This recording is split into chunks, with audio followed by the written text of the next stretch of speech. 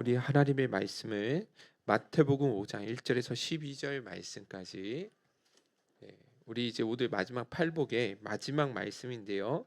우리 함께 처음부터 나눴던 말씀을 1절부터 같이 한번 12절까지 함께 읽어보도록 하겠습니다.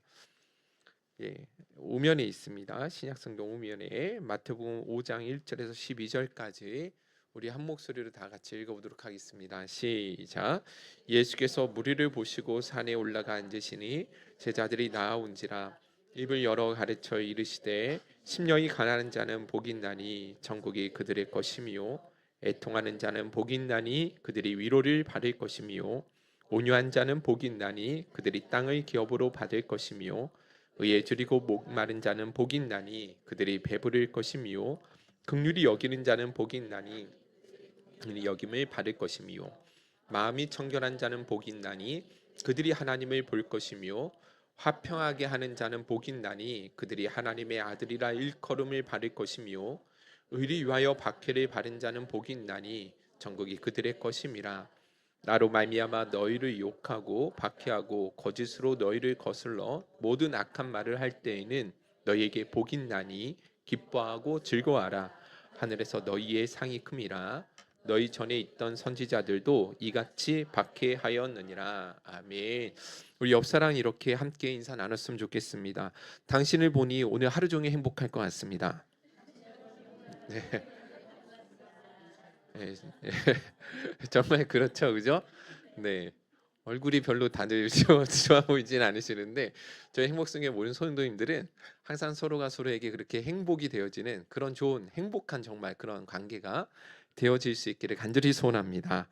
자, 팔복의 마지막 복에 대해서 저희가 함께 나누는데 의를 위하여 박해를 받는 자의 복에 대해서 함께 나눠보도록 하겠습니다. 박해를 받는다라는 말에 대해서 여러분 모르시는 분들은 아무도 없을 것입니다. 개인이나 집단이 다른 집단에 의해서 학대를 받거나 괴로움을 받는 것을 박해를 당한다라고 이야기를 하고 있는 것이죠. 자, 그러면 여러분 이렇게 오늘 성경에 보시면 이렇게 괴롭힘을 당하고 학대를 받는 이유가 무엇 때문이라고 말씀하시냐면 의로 인하여서 박해를 받는 자에 대해서 말씀해주고 있다라는 것이죠. 우리가 어떤 잘못을 했다거나 다른 사람에게 악을 행하거나 죄를 지어서 받는 박해를 말하는 것이 아니라 바로 의를 위해서 박해를 당하는 자에 대해서 오늘 말씀해주고 있다라는 것입니다. 자, 그러면 여러분 우리가 전에도 나눴지만 예수님께서 말씀해 주셨던 팔복에서 말씀해 주셨던 그 의라는 것은 무엇을 의미한다라고 말씀을 드렸습니까? 여러분들 기억나시는지 모르겠지만 팔복의 말씀 중에 네 번째가 의에 줄이고 목이 마른 자의 복이었거든요. 그죠? 거기에서 말씀하셨던 의라는 것은 어떤 의를 말하는 것이었습니까? 여러분들 그 생각이 나시나요? 이 의는 인간적인 인간의 그 어떤 노력이나 행위를 통해서 얻는 의를 말하는 것이 아니라 예수 그리스도를 믿음으로 말미암는 의를 바로 이 의라고 우리가 함께 나눴던 것 여러분들 기억나시죠? 그죠? 기억이 안 나시나요? 네. 의를 위해서 그래서 여러분 의를 위해서 박해를 받는다라는 것은 가장 쉽게 여러분들 말씀을 드리면 예수를 바르게 믿고 바르게 따르기 위해서 필연적으로 다가오게 되어지는 그 고난을 의미한다라고 생각하시면 아주 쉽게 이해가 되실 것입니다. 우리가 예수를 믿고 난 이후에 예수님을 더 알아가고 예수님을 더 사랑하고 예수님의 가르침대로 우리가 신실하게 살아가기 위해서 받게 되어지는 그 모든 고난들 다시 말해서 예수님 때문에 받게 되어지는 그 모든 고난들을 바로 이 의를 위하여 박해를 받는 것이다라고 여러분들이 생각하시면 된다라는 것이죠. 그래서 여러분 10절 11절 말씀을 연이어서 같이 한번 읽어볼게요. 10절 11절 시작. 의를 위하여 박해를 받은 자는 복이 있나니 천국이 그들의 것임이라. 나로 말미암아 너희를 욕하고 박해하고 거짓으로 너희를 거슬러 모든 악한 말을 할 때에는 너희에게 복이 있나니. 여기 보시면 10절에 의를 위하여 박해를 받는 자는 이렇게 말씀해 주시고 11절에 바로 나로 말미암아 너희가 박해를 당하는 자는 이렇게 말씀해 주고 있잖아요. 그죠?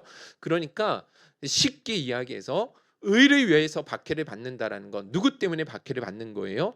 예수님 때문에 박해를 받는 것을 의미하는 것입니다. 예수님이 우리의 의로움이 되시기 때문에 예수를 바르게 믿고 바르게 따르기 위해서 필연적으로 받게 되어지는 그 고난을 의미한다라고 이야기할 수 있는 것이죠. 자, 그런데 예수님께서는 뭐라고 말씀하시냐면, 자, 그렇게 그리스도인으로서 이 세상에 살아가는 사람이라면 반드시 이 세상에서 박해를 당하게 되어 있다. 또 그렇게 박해를 당하는 자가 복이 있다라고 말씀해 주고 있다라는 것이죠. 여러분들 예수 믿는 것 때문에 박해를 당하는 사람이 복이 있다라고 생각해 본 적이 있으세요, 없으세요? 여러분 설교는 듣고 계시죠? 네.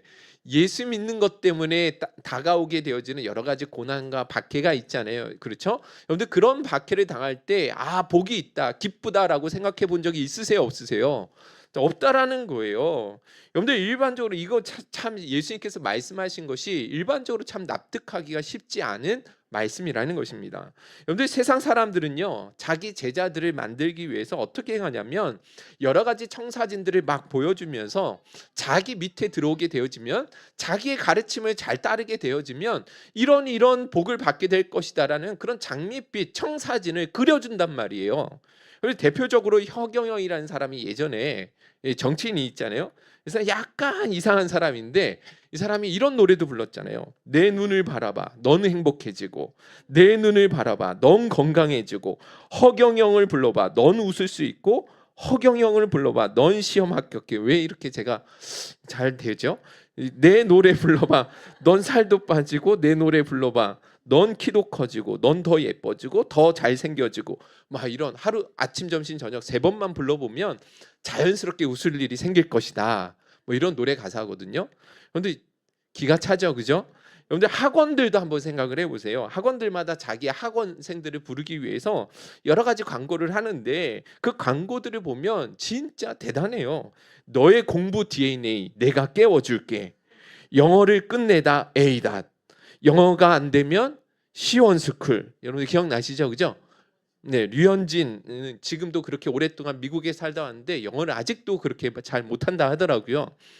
자, 그런데 아무튼 모든 학원들을 보시면 자기들의 학원이나 강사진들을 막 높이 치켜 세우면서 그 우리의 가르침만 잘 따라오면 너희들에게 이런 혜택이 생길 것이다라고 이야기합니까, 안 합니까?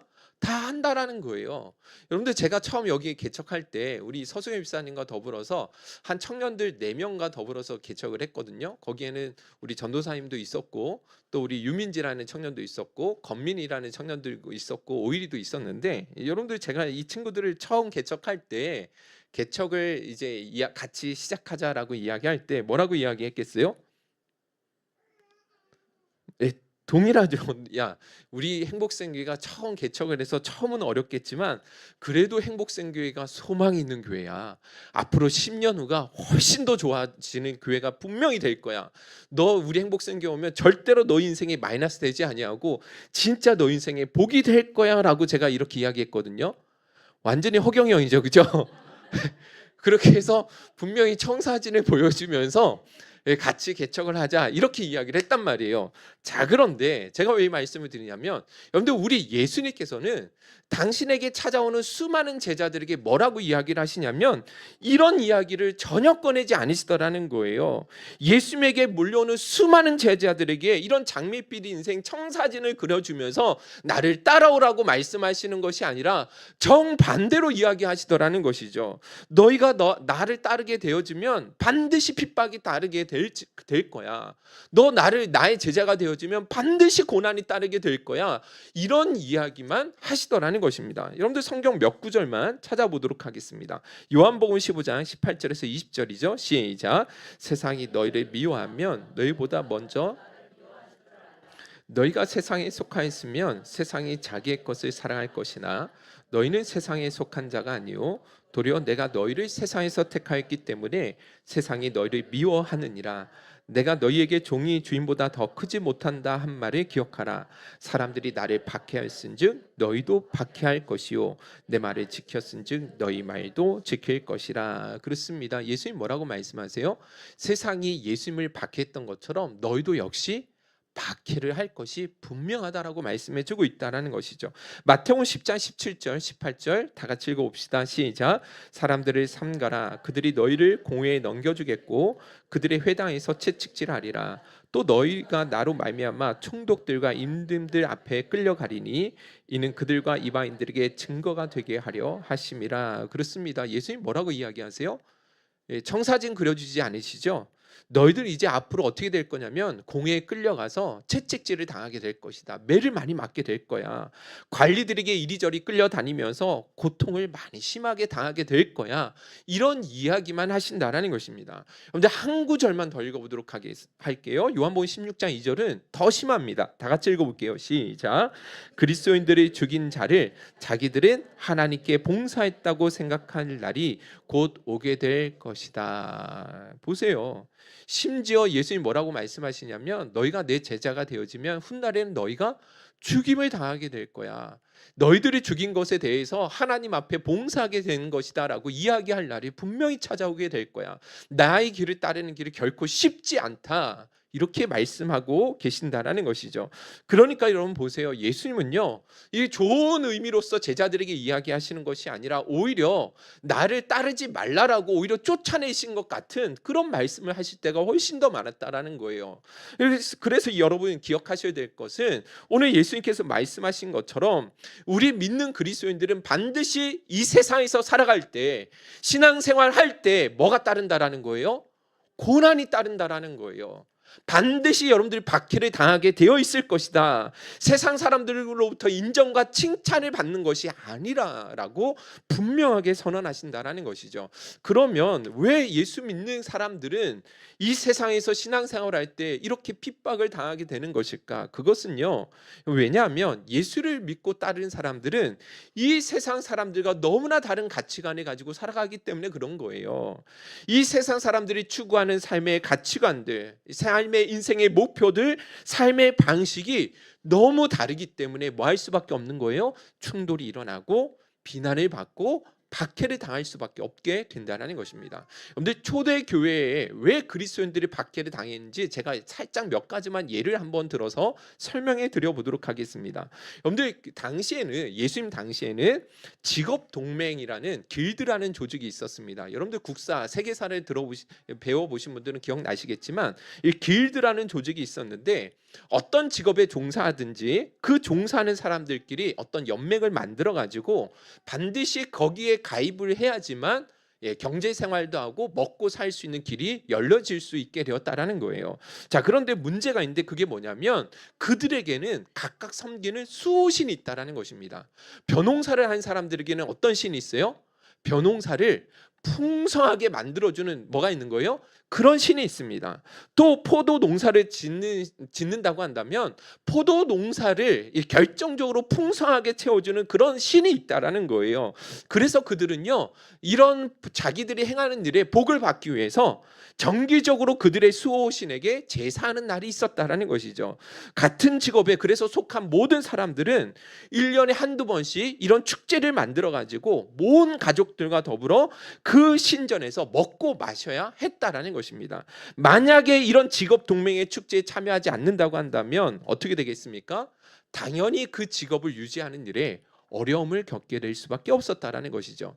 그런데 우리 그리스도인들이 이런 길드 동맹에 잘 참여할 수 있겠어요, 없겠어요? 쉽지 않다라는 것이죠. 여러분들 지금은 결혼식장이나 뭐 이런 돌잔치 이런 것들은 이게 잘 연애들이 많잖아요, 우리 주변에. 그런데 당시에 결혼식과 같은 중요한 행사들은 집에서 하는 것이 아니라 어디에서 해요? 우상을 숭배하는 신전에서 다 했단 말이에요. 그런데 여러분들 과연 그리스도인들이 이런 사적 모임 가운데 중요한 행사들이 있을 때 거기에 참여할 수 있겠어요, 없겠어요? 어렵다라는 것이죠. 어쩔 수 없이 그런데 참여할 수가 없는 거예요. 그러니까 믿지 않는 세상 사람들이 보기에 그리스도인들이 너무나 어떠해 보이는 거예요? 비난받고 핍박받을 수밖에 없는 그런 사항들이 처해져 있다라는 것입니다. 자, 또 한 가지 여러분들 보시면 그리스도인들은요, 이 노예를 향해서 이 노예 제도에 대해서 좋은 반응을 가지고 있지 않았습니다. 오히려 노예들을 무엇으로 대했습니까? 형제로 대했다라는 거예요. 실제로 형제처럼 대우해 주었다라는 것이죠. 그런데 이것은요, 당시 로마 사회의 큰 불법과 같은 일이었다라는 거예요.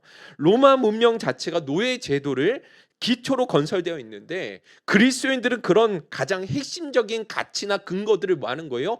허무는 사람처럼 보일 수밖에 없었다라는 것입니다.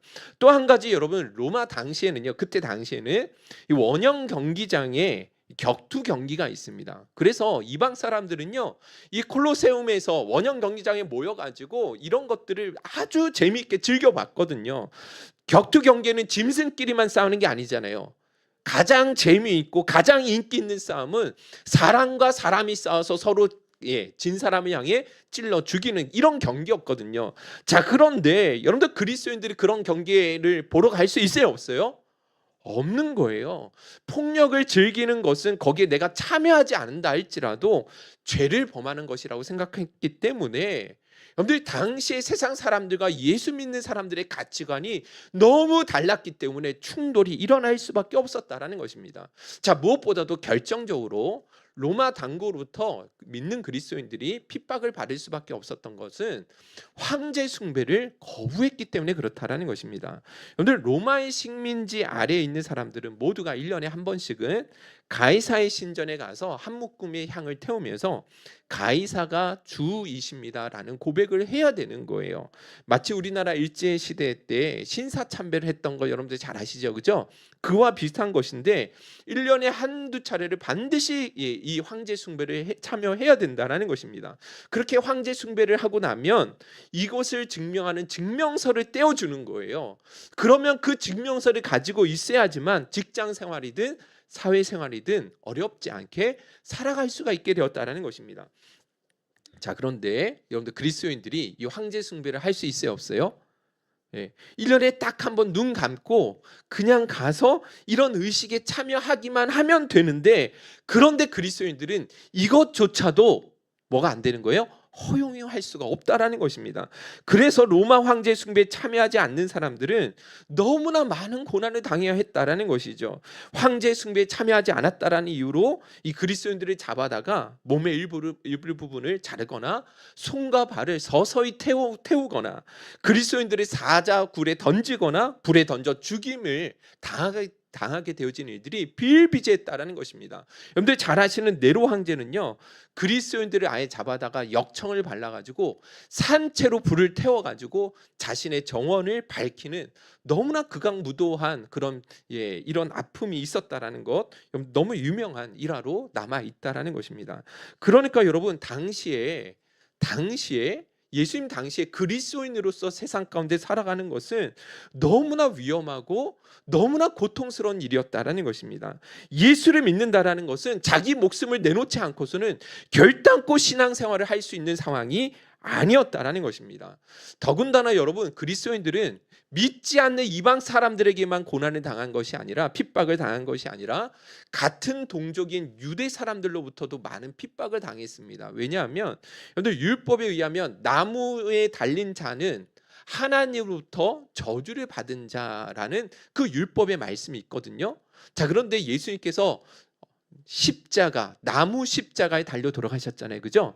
그런데 그 그리스도인들이 세상에 나가서 뭐라고 하는 거예요? 그 나무 십자가에 달려 돌아가신 그분이 바로 메시아다, 우리를 구원하시기 위해서 이 땅에 오신 메시아다라고 이야기를 하니까 여러분들 유대인들이 이걸 어떻게 받아들여요? 신성모독이라는 것이죠. 율법을 너희들이 지켜야지만 구원을 받는 것이 아니라 그 나무 십자가에 달려 돌아가신 예수를 믿어야지만 구원을 받게 되는 거야, 이렇게 복음을 전하니까 같은 동족 유대인들로부터 뭘 당하는 거예요? 핍박을 받을 수밖에 없는 거예요. 스데반이라는 여러분들 그 신약의 최초의 집사님이 계신데 그분이 왜 돌에 맞아 죽었습니까? 바로 나무 십자가에 달려 들어가신 그 예수 그리스도를 증거했기 때문에, 그래서 고난을 받아 죽을 수밖에 없게 되었다라는 것입니다. 여러분들 그러니까 여러분들 이 그리스도인으로 살아간다라는 건 오늘 우리가 살아가는 이 시대처럼 그렇게 만만하고 쉬운 일이 아니었다라는 것을 보게 된다라는 것입니다. 자, 그러면 여러분 한번 질문을 드려보도록 하겠습니다. 오늘 현대 우리 그리스도인들이 이 세상에 살아가는데 믿음을 가지고 살아가잖아요. 자, 오늘날 현대 그리스도인들은 이런 고난이 있습니까, 없습니까? 이런 고난에 당해 안 당해요? 물론 예수님 당시에 있었던 그런 고난과 핍박은 분명히 받지는 않습니다. 그죠? 물론 북한이나 북한과 같은 공산 정권이나 혹은 중동에 있는 여러 이슬람 국가에서는 진짜 극심한 핍박이 있어요. 예수 믿는 사람들을 다 잡아다가 죽이고 불사르고 화형시키고 하는 거 비일비재하거든요. 여러분들 우리 한국에서는 이런 일이 일어나지 않지만 전 세계에는 예수 믿는 것 때문에 진짜 많은 고난을 당하는 사람들이 많이 있습니다. 자, 그런데요, 여러분들 우리나라에서는 지금 현재 우리 한국 교회에서는 이런 위험과 고통은 없지만, 그러나 잘 깊이 생각해 보시면 실제 우리 그리스도인들의 살아가는 삶 가운데 보면 이런 대외적인 고난과 핍박이 분명히 존재하고 있다라는 거예요. 그런데 진짜 참 그리스도인으로 살아간다라는 건 그 신앙의 삶에는 반드시 고난이 있다라는 것, 여러분들 삶 속에서 분명히 여러분들도 경험하셨을 거라고 생각합니다. 오늘 예배 자리 나온 것부터 여러분들 한번 생각해 보세요. 여러분들 우리가 예수를 믿지 않았다고 한다면 한 주간 중에 가장 편안하게 쉬면서 여행 다닐 수 있는 날이 언제예요? 그렇죠, 주일날이잖아요. 가장 편안하게 잠을 잘 수 있는 날이 언제겠어요? 주일이잖아요. 그런데 그래서 믿지 않는 사람들은요, 주일이 되면 다 산으로 바다로 놀러 가거나 밀린 잠을 자면서 그렇게 자신만의 시간을 행복하게 보내는 사람들이 많이 있다라는 거예요. 그런데 우리 그리스도인들은 그렇게 할 수 있어요, 없어요? 없죠. 그죠? 그리고 여러분, 세상 속에서 우리 그리스도인들이 당하는 비난과 조소가 정말 많이 있습니다. 그런데 사회생활하면서 술, 담배 하지 못하는 것에 대해서 우리 사회가 높이 평가해줘야 안 해줘요? 예? 회식이나 어떤 술자리에 있을 때 저는 저는 마시지 않습니다라고 누군가 이야기를 하면 사람들이 인정해주고 좋아해줍니까? 아니라는 거예요. 여러분 잘 아시잖아요, 그죠? 우리 사회는요, 술을 권하는 사회입니다. 대학교에 가도 술을 권하고요, 군대에 가도 술을 권하고요, 직장 생활을 처음 시작할 때도 사회에서 뭘 권해요? 술을 권하는 그런 사회라는 것입니다. 그렇게 술을 권하고 술을 좋아하는 이 세상 속에서 나는 술을 마시지 않습니다라고 믿음의 고백을 하면 그 어떤 사람들도 좋아해 주는 사람이 없다라는 거예요. 오히려 조소한다라는 것이죠. 여러분들 친한 친구들이나 가족들 모임이 있을 때 예수 믿지 않는 사람들 다들 언제 약속을 잡습니까? 언제 약속 잡아요? 토요일하고 주일날 잡잖아요, 그죠? 그런데 우리 그리스도인들은 항상 주일은 안 돼. 나 어디 가야 돼? 그렇죠. 예배 드려야 되잖아요. 그죠? 그러면 사람들이 야, 너 진짜 신앙이 두텁구나. 아, 너 존경스러워 하면서 사람들이 인정해 줍니까? 주일날은 안 돼. 그러면 주변의 친구들이 뭐라고 그래요? 왜 짜증나 그러죠. 그죠? 왜 네 생각만 하냐라는 거예요. 왜 이렇게 융통성이 없느냐? 한두 주 정도 좀 빠지면 안 되느냐? 너는 우리가 중요하지 않아? 너 왜 이렇게 융통성이 없어? 그러면서 계속 이런 식으로 우리를 몰아세운다라는 것이죠. 이럴 때 받게 되어지는 여러분들 이 아픔이 진짜 크다라는 것입니다. 여러분들 요즘 젊은 애들 사이에서 나는 혼전순결을 지키는 사람이야 라고 이야기를 한다고 생각해 보세요. 나는 동성애를 지지하지 않아 이라고 이야기를 한다면 사람들이 뭐라고 이야기하겠어요? 야, 너는 진짜 하나님의 말씀을 있는 그대로 믿고 순종하는 사람이구나. 신실하다야. 이렇게 하면서 여러분들 칭찬해 주겠어요? 아니라는 거예요. 예수 믿는 사람들은 하나같이 재수 없는 사람이라고, 지들만 잘난 줄 안다라고 이야기하면서 너무 독선적이야라고 이야기하면서 사람들이 그 예수 믿는 사람들의 그 믿음을 조롱한단 말이에요. 조소한다라는 것이죠. 여러분들 이런 이야기가 한두 가지가 아니에요. 너무 많아서 다 이야기할 수 없지만 예수 믿는 사람들이 세상 속에서 정직하게 산다라고 이야기하면 누가 좋아하겠어요? 여러분들 잘 들으셔야 됩니다. 예수 믿는 사람들이 정직하게 살지 않아도 세상 사람들은 뭐라고 이야기해요? 조소하죠. 엄청나게 비난합니다. 예수 믿지 않는 사람들의 어떤 윤리 도덕적인 문제가 생기면요, 그들이 향해서 엄청나게 비난의 화살을 쏜다라는 거예요. 그런데 반대로 예수 믿는 사람들이 정직하게 살려고 하잖아요. 그럼 또 뭐라고 이야기해요? 야, 세상 사람들 다 그렇게 하는데 왜 너만 자꾸 정직하냐, 정직 그렇게 따지냐는 거예요. 한번 눈 감으면 모두가 편해질 수 있는데 왜 너만 의로운 척 그렇게 잘난 척 하느냐라고 따가운 시선으로 바라볼 수밖에 없다라는 것입니다.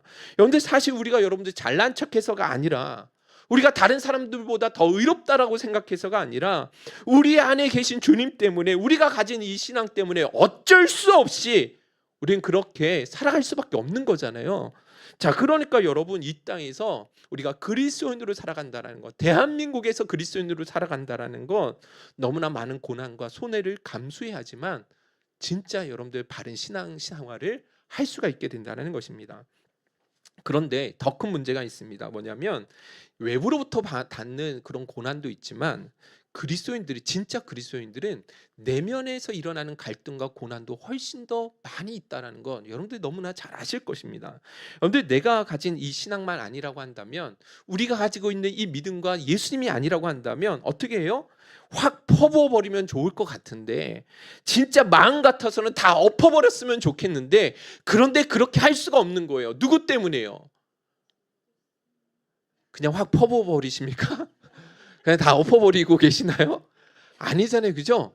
진짜 마음 같아서는 내 감정과 내 행동대로 그냥 그렇게 다 저질러 버리고 싶은데 그럴 수가 없는 거예요. 우리 안에 계신 주님께서 뭐라고 말씀하시냐면, 너는 이미 십자가에서 죽은 자잖아.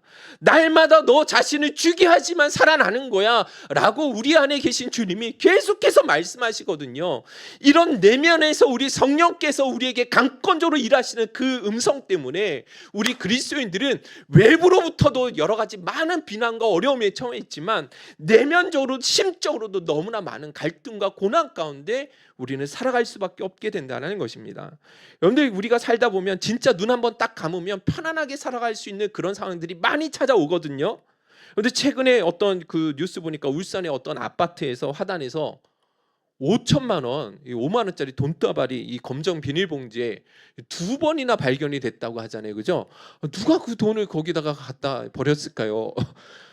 거기에다가 버리지 말고 여기 행복세계 택배로 좀 보내주시면 유용하게 우리가 잘 쓸 수 있을 것 같은데. 그런데 만약에 여러분, 근데 그거를 이렇게 환경미화원하고 또 이렇게 경비하시던 분이 그걸 발견해가지고 갖다 주셨다고 하더라고요. 여러분들이 발견했으면 어떻게 하셨을 것 같아요? 아무도 보는 사람이 없었다면, 네? In my pocket 안에. 예, 우리 전도사님은 분명히 뭐라고 말씀하셨냐면, 목사님, 저는 그거 슬쩍 했을 것 같다고. 예, 정말 그럴 것 같지만 여러분, 우리는 내 안에 누가 계세요? 주님이 계시단 말이에요.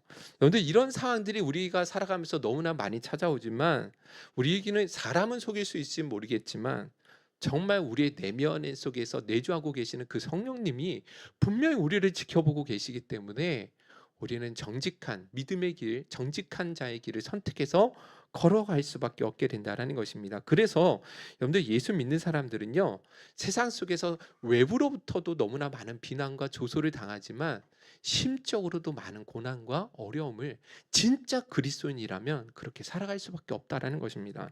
자, 그러면 분명한 사실은 이렇게 예수 믿는 사람들은 이 세상으로부터 뭘 받게 되어 있는 거예요? 핍박과 고난을 분명히 받게 되어 있다는 것입니다. 예수를 잘 믿든지 잘 믿지 않든지 간에 진짜 여러분들 신앙의 길로 들어서게 되어지면 이런 고난이 따르게 되었다는 것입니다.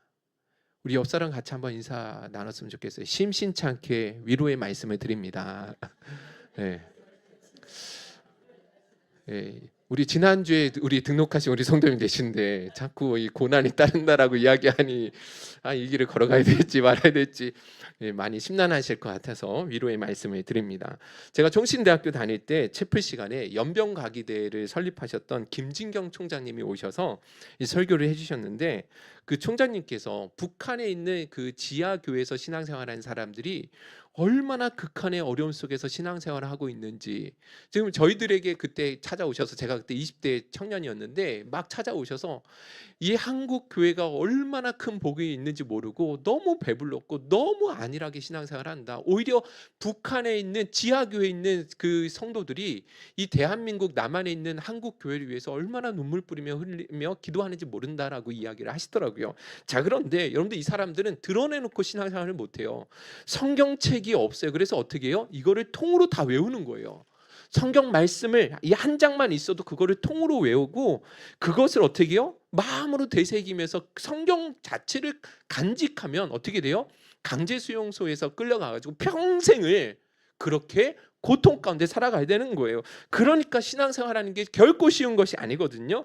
자, 그런데 그 사람들 지하 세계에서 그 성도들이 자기들만의 신앙 고백문을 항상 고백하며 살아간다라는 거예요. 지금 그 고백문을 말씀해 주셨을 때 제가 그거를 그 자리에서 다 적어놨거든요. 제가 지금도 기억하고 있는데, 우리도 교회 공동체 고백문이 있잖아요. 예배 드리고 나면 그들의 공동체 고백문이 뭐였냐면, 여러분도 한번 예수님 전사들의 수치 제가 한번 읽어드리도록 하겠습니다. 하나, 예수 믿는 사람들은 천대받게 되어 있다.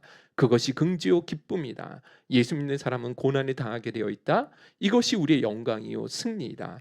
하나, 칭찬받는 것보다 욕먹는 것을 먼저 배워라.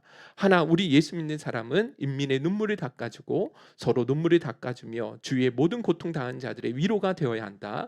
하나, 사랑이 사랑을 낳고 또 그 사랑이 새로운 사랑을 낳고 그 사랑으로 인하여 많은 사람들을 예수님의 전사로 만들어야 한다. 하나, 성경이라는 잣대로 자기 먼저 살아가야 한다. 와, 너무 귀하지 않습니까? 그죠? 여러분들, 이들의 첫 번째 신앙 고백이 뭐냐면, 예수 믿는 사람은 뭐가 따른다? 고난이 따른다라는 거예요. 그런데 신앙생활하면서 그들이 믿는 그 신앙의 고백문의 첫 번째가 뭐냐면, 예수 믿는 사람들에게는 반드시 고난이 따르게 되어 있다. 이것을 그들의 첫 번째 신앙의 고백문으로 고백하며 그렇게 자기의 신앙을 지켜나가더라는 것입니다. 자, 그런데 여러분, 우리 주님도 뭐라고 하신지 아십니까? 너희가 진짜 예수를 믿기 원하느냐? 진짜 나를 따르기를 원하느냐? 뭐가 있다는 거예요?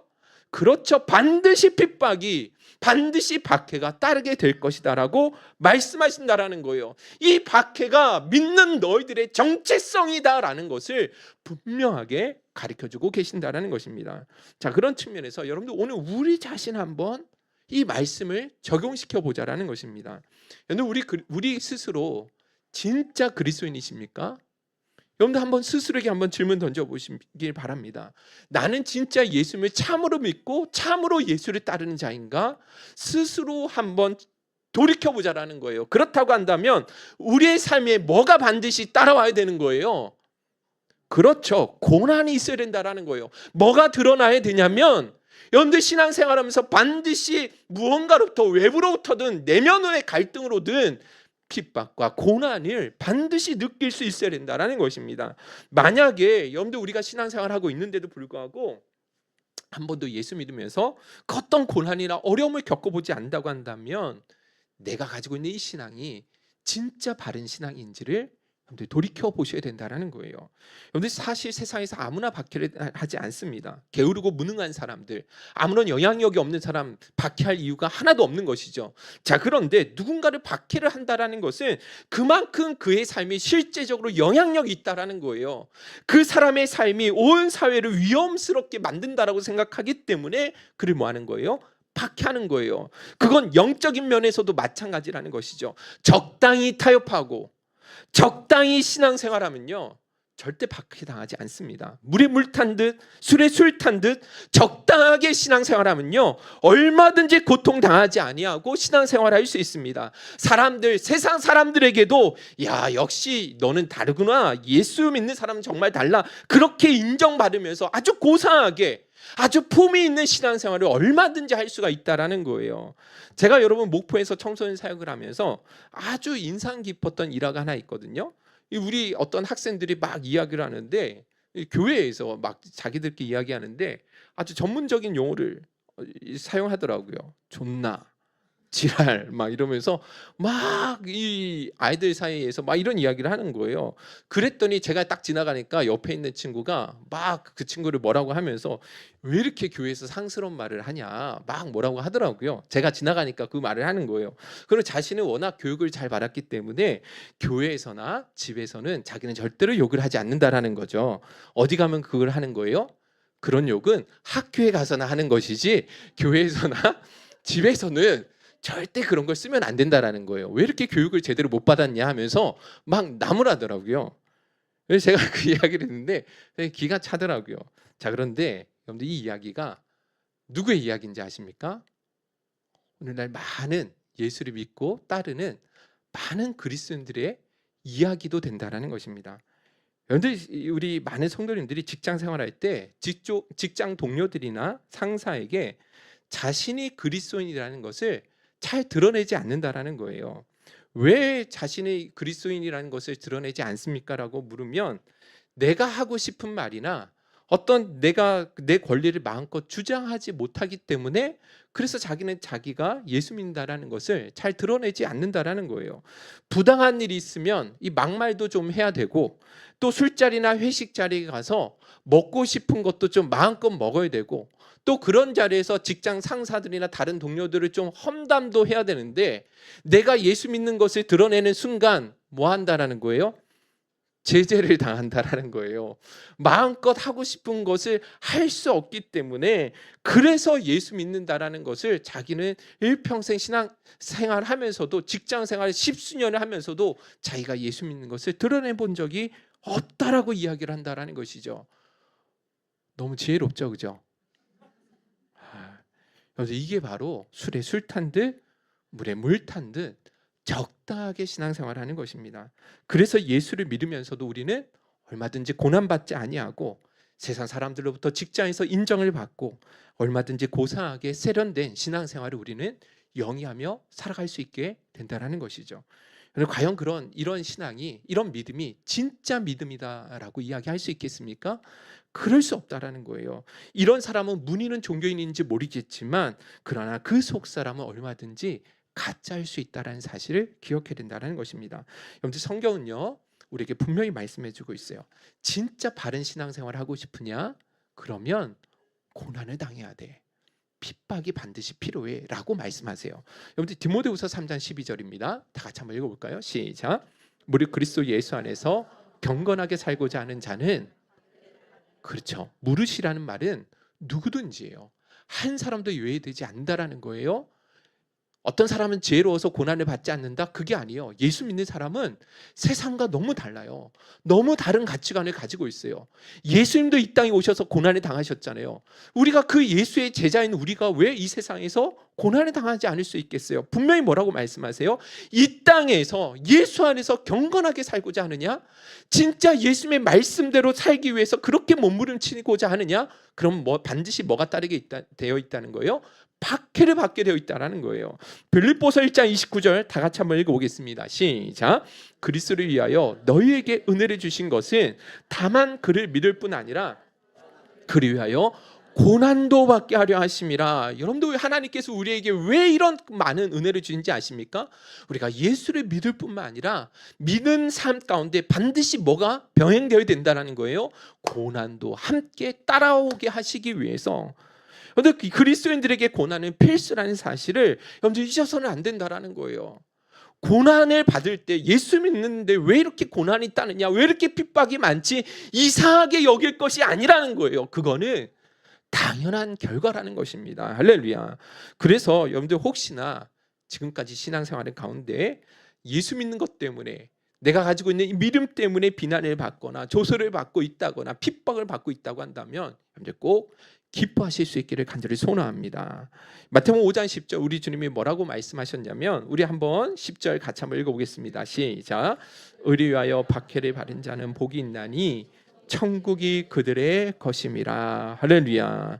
여러분들 고난을 받고 있다고 한다면 여러분들 그 자체로 내가 바로 하나님 나라의 백성이다라는 것을 분명하게 보여주는 그 신앙의 배지가 된다라고 말씀해 주고 있는 거예요. 11절 12절이죠. 계속 한번 읽어보도록 하겠습니다. 시작.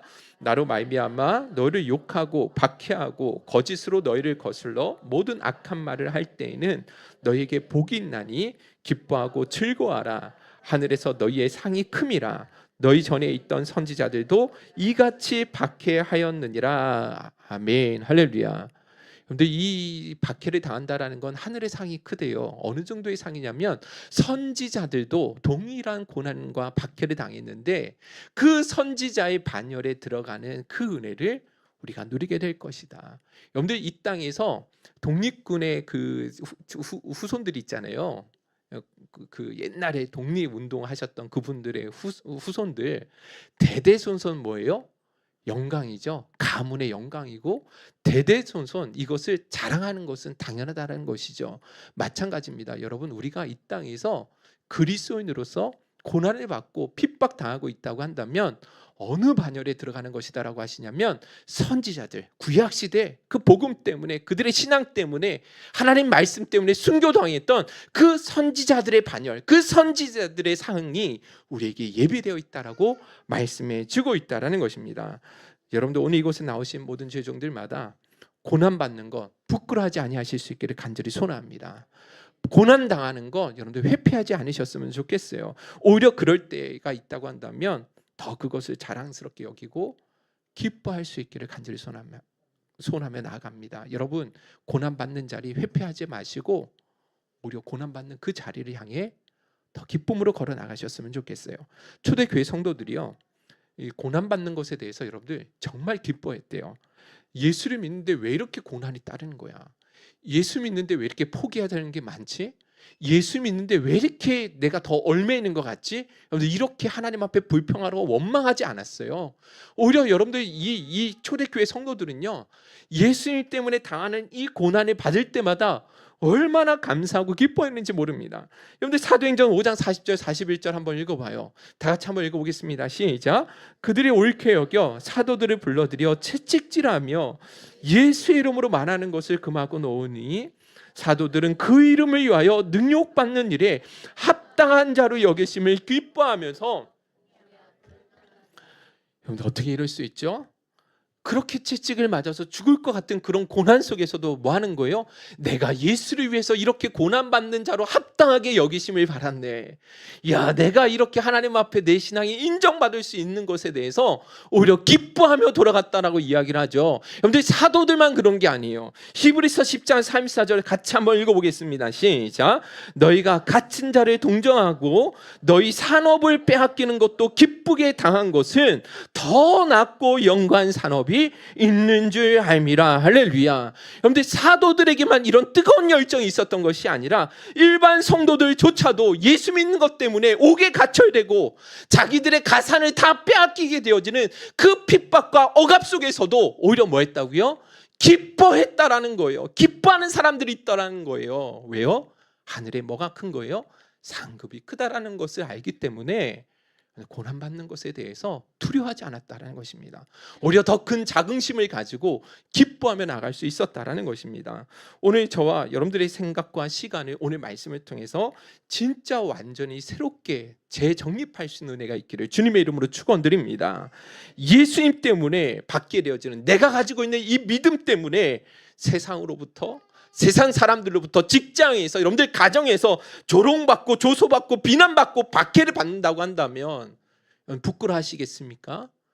부끄러워할 이유가 없죠. 내 믿음이 참이다라는 것을 증명하는 일인데요, 내 상이 정말 하늘에 크다라는 것을 확실하게 보증받는 일인데 우리가 무엇 때문에 여러분 그것을 부끄러워하고 무엇 때문에 그 고난받는 자리를 회피해야 되겠냐라는 것입니다. 오늘 제가 신앙생활하면서 이런 이야기 정말 많습니다. 목사님 신앙생활하는데 왜 점점 더 힘들어지는지 모르겠어요. 예수 믿으면, 예수 잘 믿으면, 오랫동안 신앙생활하면 좀 더 생활도 편안해지고 좀 더 평안한 삶을 살아가야 되는 거 아닙니까? 라고 이야기를 하시는데 여러분들 그런 것은 틀린 것이 아닙니다. 하나님이 우리를 사랑하시지 않기 때문에 그 고난 가운데 그냥 내버려 두시는 것이 아니라는 거예요. 우리 신앙생활이, 여러분들 신앙생활을 하면 할수록 오랜 기간 동안이 지나면 지났음에도 불구하고 열심히 신앙생활하면 신앙생활하는데도 더 큰 고난이 따른다고 한다면 여러분들 그것이 여러분 진짜 바른 신앙생활을 하고 있다는 것을 보여주는 일이 되는 것입니다. 기뻐하실 수 있기를 주님의 이름으로 축원드립니다. 오늘 이 찬양 우리가 결단송 함께 불렀으면 좋겠는데, 주 선한 능력으로 안으시네라는 찬양이에요. 우리 찬양팀 앞으로 좀 나와주시고요. 디트리트 보네퍼라는 이 독일의 신학자요 또 목회자였던 사람이 있는데 결국은 나치하에서 1944년도에 이렇게 45년도에 순교를 당하게 되어집니다. 그가 마지막으로 왜 이 사람이 이렇게 나치에 저항을 했냐면 이 당시의 교회가 국가에 소속돼 있는 거예요. 그래서 잘못된 것을 국가가 잘못하고 있는 것에서 잘못됐다라고 이야기하는 교회들이 별로 없는 거죠. 그래서 어떤 교회를 세우게 되냐면 고백교회라는 것을 세우게 됩니다. 국가의 눈치를 보지 말고 진짜 우리가 가지고 있는 믿음을 정확하게 바르게 우리가 신앙을 고백해야 된다. 그래서 고백교회거든요. 자, 그런데 나치 아시잖아요, 그죠? 사람들은 막 이 히틀러에게 열광했어요. 이렇게 어렵고 힘든 시기에 국가를 이 사람이 세우는 구세주와 같은 사람이다. 다들 찬양을 했는데 아무리 봐도 이 보네포가 보기에는 이게 잘못된 길이잖아요. 그래서 여러분들 이 사람이 미국에 얼마든지 정명한 신학자로 이렇게 초청을 받았어요. 고난이 있지만 너 와라, 너 거기 있으면 죽을 거야 라고 이야기를 했는데도 불구하고 자기가 만약에 망명을 하게 되어지면 나중에 이 전쟁이 끝났을 때 이 교회를 세우는 일에 내가 무슨 역할을 할 수 있겠느냐, 그러면서 그 고난의 자리를 묵묵히 지켜나갔던 거예요. 결국은 감옥에 갇히게 되고 순교를 당하게 되어지는데, 그 과정 속에서 자기 약혼녀가 있었습니다. 그 약혼녀에게 이게 그 여러 가지 마지막 편지를 자신의 유언처럼 남기는데, 그 안에 이런 시가 마지막으로 성탄의 인사를 하면서 그의 가족들과 사랑하는 그 약혼녀에게 이런 시를 남깁니다. 제가 한번 읽어드리도록 할게요. 여기 제가 한번 써드리는데, 주님의 선하신 권능에 쌓여라는 시를 마지막으로 남겼어요. 신실하신 주님의 땅에 팔에 고요히 둘러싸인 보호와 위로 놀라워라. 오늘도 나는 억새처럼 함께 살며 활짝 열린 가슴으로 새로운 해 맞으렵니다.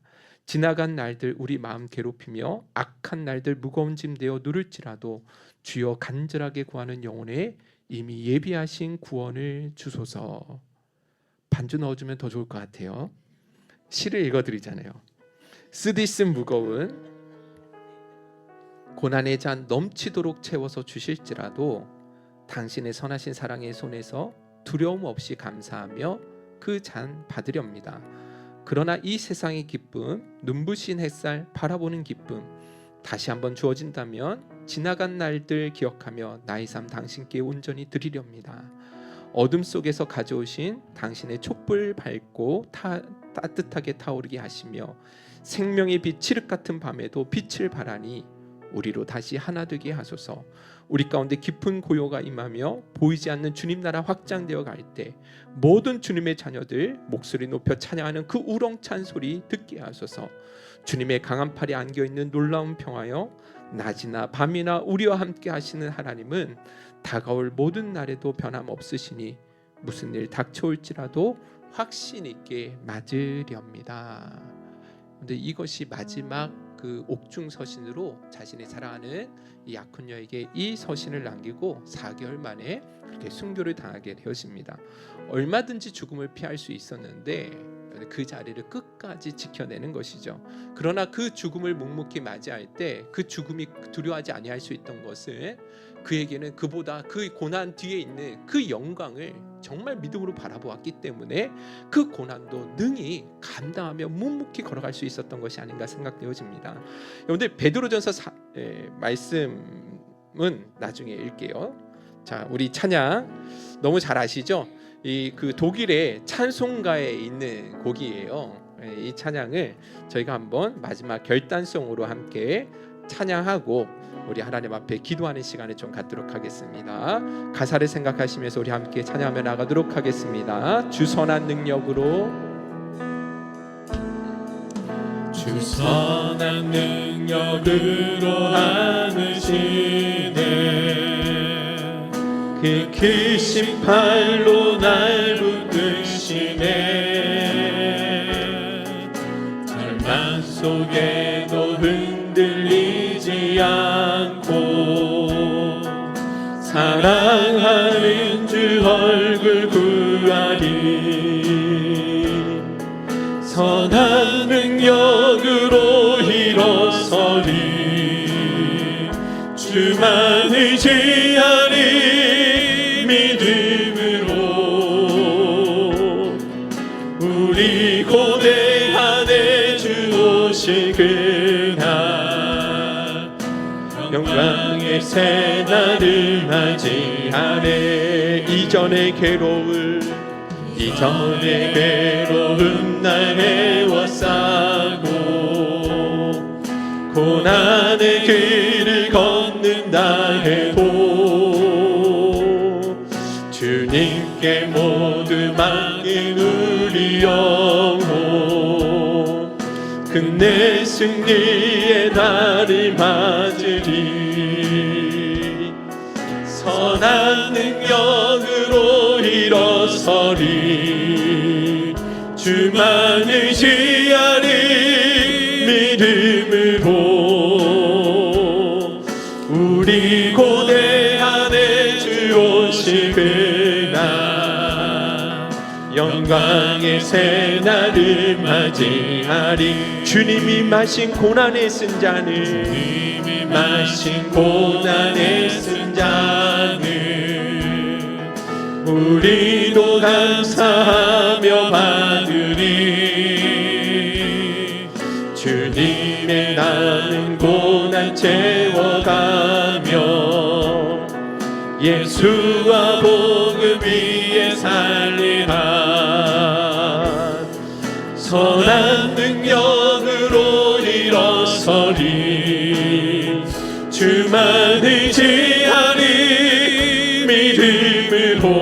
믿음으로 우리 고대 안에 주 오시그나 영광의 새날을 맞이하리. 반주는 계속해 주시고요.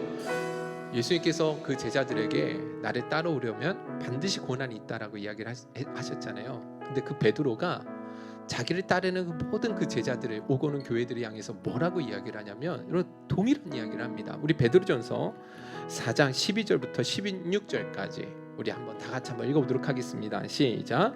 사랑하는 자들아 너를 연단하려고 오는 불시험을 이상한 일 당하는 것 같이 이상히 여기지 말고 오히려 너희가 그리스도의 고난에 참여하는 것으로 즐거워하라. 이는 그의 영광을 나타내실 때 너희로 즐거워하고 기뻐하게 하려 함이라. 너희가 그리스도의 이름으로 지옥을 당하면 복 있는 자로다. 영광의 곧 하나님의 영이 너희 위에 계심이라. 너희 중에 누구든지 살인이나 도둑질이나 악행이나 남의 일을 간섭하는 자로 고난을 받지 말려니와 만일 그리스도인으로 고난을 받으면 부끄러워하지 말고 도리어 그 이름으로 하나님께 영광을 돌리라. 아멘. 여러분들 베드로 사도가 뭐라고 이야기합니까? 그리스도의 이름으로 너희가 고난을 받느냐? 그러면 기뻐하라는 것입니다. 너희가 어떤 이상 신앙생활을 하면서 불시험처럼 당하는 그 고난을 이상한 일 여기는 것처럼 여기지 말고 오히려 기쁘게 받아들이라는 것입니다. 그리스도인으로 고난을 받는 순간이 올 때 부끄러워하지 말라라고 이야기를 하는 것입니다. 오히려 그럴 때 하나님 앞에 영광을 돌려야 된다라고 말씀하신다라는 거예요. 하나님 앞에 마지막 날에 큰 상급이 예비되어 있지만 동시에 고난받는 그 현장에 하나님의 성령이 여전히 함께하고 있다는 그 증거가 되어지는 것이기 때문에 어떤 고난도 두려워할 필요가 없다라는 것입니다. 자랑스럽게 여기라고 말씀하신다라는 것이죠. 혹시 오늘 우리 성도님들 가운데 이 고난에 동참하고 계신 분이 계십니까? 그 고난으로 인해서 왜 이렇게 억울하지? 왜 이렇게 분노가 가라앉지 않을까? 이렇게 힘들어하신 분이 계신다고 한다면 오늘 이 말씀으로 위로받으실 수 있었으면 좋겠습니다. 우리가 고난 가운데 있다라는 것은 우리의 믿음이 진짜라는 것을 보여주는 아주 중요한 증거가 되어지는 것이고 하늘에 진짜 상급이 크다라는 것을 보여주는 것이고 우리가 선지자의 반열에 오르게 되었다라는 것을 분명하게 보여주는 일이 된다라는 것입니다.